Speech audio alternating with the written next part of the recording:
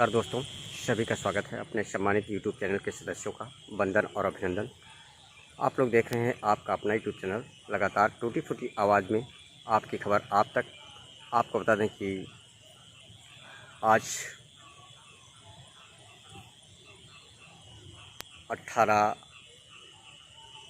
जून 2020 को बाढ़ के मद्देनज़र रखते हुए उप जिलाधिकारी बिस्वा के द्वारा स्थानीय विकास खंड रेउसा के ब्लॉक परिसर में बाढ़ प्रभावित क्षेत्रों के प्रधानों की एक बुलाकर बैठक की। वहीं बैठक के दरमियान लोगों को बाढ़ के संबंध में कैसे बाढ़ के संबंध में बाढ़ के समय कैसे बचा जाए, कैसे लोगों की सुरक्षा की जाए, इस बाबत उप जिलाधिकारी के सुरेश कुमार के द्वारा टिप्स बताए गए। और वहीं पर नाव और उजाले की व्यवस्था आदि, स्वास्थ्य व्यवस्था, आपदा के समय कैसे लोगों की मदद की जाए, कैसे लोगों को बाढ़ से उबारा जाए, अलर्ट किया जाए, इस बाबत बिंदुओं पर बात की। वहीं पर पुरानी नावों की मरम्मत और अपने अपने क्षेत्र में अलर्ट रहने की चर्चा करते हुए लोगों को जागरूकता दी। वहीं पर नाव खरीदने, नई और पुरानी नावों की मरम्मत के बारे में भी चर्चा की। वहीं पर बैठक के दरमियान बाढ़ प्रभावित क्षेत्र के गौलोकोड़ा प्रधान और मेड़ी छुड़ा, बजहा, असाईपुर, मल्लापुर, काशीपुर आदि ग्राम पंचायतों के प्रधान मौके पर उपस्थित रहे।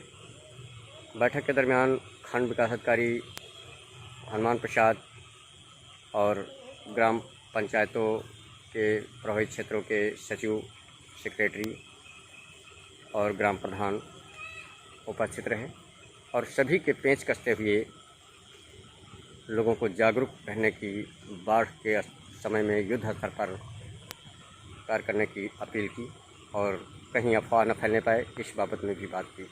आप देख सकते हैं आज विशाल एक बैठक की बाढ़ के मद्देनजर रखते हुए। अब आप लोग भीड़ छांटो तुरंत। आशाईपुर के यहाँ पे प्रधान शोभरन लाल जी उपस्थित हैं। क्योंकि हम बात करेंगे क्योंकि आज विकास खंड कार्यालय रेउसा परिसर में उप जिलाधिकारी बाढ़ के मद्देनज़र रखते हुए बाढ़ प्रभावित क्षेत्र के प्रधानों को बुलाकर एक विशाल मीटिंग की है। लेकिन पूरी जानकारी हम लेंगे शोभरन प्रधान जी से, लाल से, क्योंकि ये आशाईपुर के प्रधान हैं बाढ़ प्रभावित क्षेत्र के। क्या क्या टिप्स बताए हैं बाढ़ के विषय में और कितने प्रधान मौजूद थे और किस बात को, किन किन बिंदुओं पर चर्चा की है उप जिलाधिकारी सुरेश कुमार ने, क्योंकि आज ये आप उपस्थित रहे वहाँ।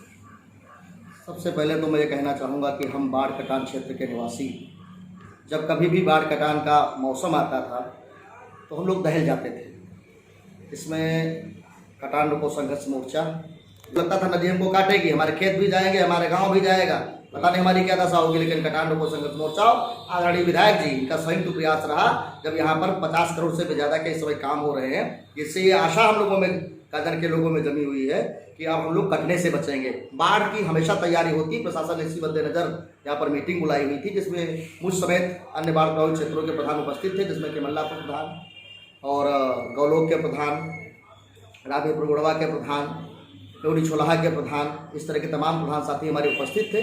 वहाँ पर बाढ़ की तैयारियाँ कैसे सुचारू रूप से हो सकें, गोताखोरों की ज़रूरत लगे तो क्या उनके नाम हमारे पास उपलब्ध हैं, नाव की ज़रूरत लगे तो क्या नाव हमारे पास उपलब्ध है, और सुरक्षित निकालने का मौका लगे या हमें कुछ सहायता देनी है सरकार की तरफ से, तो उसके लिए हम सहायता कहाँ उपलब्ध कराएंगे, वो स्थान चिन्हित करने थे।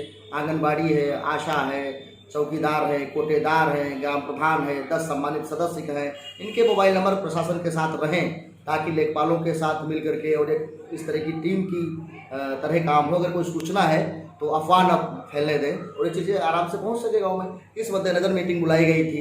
हमने उसमें मुद्दा रखा कि बाढ़ शुरू होने से पहले आमतौर पे पशु विभाग टीकाकरण की व्यवस्था करा देता था, इस बार भी नहीं हुई है। इस बिंदु को हमने रखा। ये बताया गया कि शुरुआत हो गई है और जल्दी ही इस पर काम हो जाएगा। ऐसे ही जहाँ पर नावें नहीं हैं, बीडीओ साहब भी उसमें उपस्थित थे, तो उन्होंने कहा कि अभी खरीद ली जाए। इसके साथ में मैंने सुझाव रखा कि मैं लगातार इस बात की मांग करता रहा हूँ कि जब बाढ़ प्रभावित क्षेत्र होते हैं वहाँ पर रात में अगर कोई दिक्कत आ जाए तो हम नाव से तो जाते हैं, लेकिन उजाले की व्यवस्था नहीं होती है। उस पर एसडीएम साहब ने कहा कि हाँ, उजाले के लिए सर्च लाइट या फ्लड लाइट खरीदी जाए नाव के साथ साथ में। और उन्होंने एक सुझाव और दिया कि अगर हमें कोई चेतावनी जारी करनी है तो मंदिर मस्जिद के अगर लाउड स्पीकर है तो उसका भी इस्तेमाल हो सकता है। इसके अलावा प्रधानों के पास छोटी माइक की व्यवस्था रहे इस तरह से, ताकि वो चेतावनी जारी कर सकें। तो इन सभी बिंदुओं पर व्यापक चर्चा हुई है और प्रशासन और जनमानस के साथ मिल करके एक संयुक्त रूप से बाढ़ कटान से बचने का प्रयास किया गया। कौन कौन तहसील स्तर के अधिकारी उपस्थित रहे? इसमें एसडीएम साहब थे, ब्लॉक स्तर से बीडीओ साहब थे, सभी लेखपाल थे, कानूनगोज थे और ग्राम प्रधान साहब थे। लेखपाल को क्या क्या तैयारियों के बारे में बताया, क्या क्या वो इकट्ठा करें? लेखपाल से केवल पुष्टि की गई है, समीक्षा एसडीएम साहब ने की। लेखपालों से कुछ ये नहीं कहा गया है कि आपको ये करना वो करना। उससे स्पेशली यही कहा गया है कि जो टीम बनाई गई है, इस टीम का पुलिस और लेखपाल दोनों सत्यापन करें कि वास्तव में जो गोताखोर का नाम दिया गया गोताखोर है भी या नहीं है, नाव जो कही गई है नाव है या नहीं है, तो उसका केवल वो देख लें। नहीं तो गांव में पूरी जो पुरानी नावें हैं उनको मतलब जिनके पास हैं उनके नाम दिए जाएंगे जिनके पास हैं, और या सर प्रशासन अपने तरफ से नावें वहां पे पहुंचाएगा? अगर कहीं पर ज़रूरी है वहाँ पर ग्राम प्रधानों को छूट दी जाएगी, वो नाव खरीद लें। टूट गई है वहाँ पर खरीद लें, और जहाँ पर है और कोई ज़रूरत नहीं मांग की जा रही है वहाँ पर ठीक है। अच्छा, ये सब बातों को लेकर के जी चर्चा की।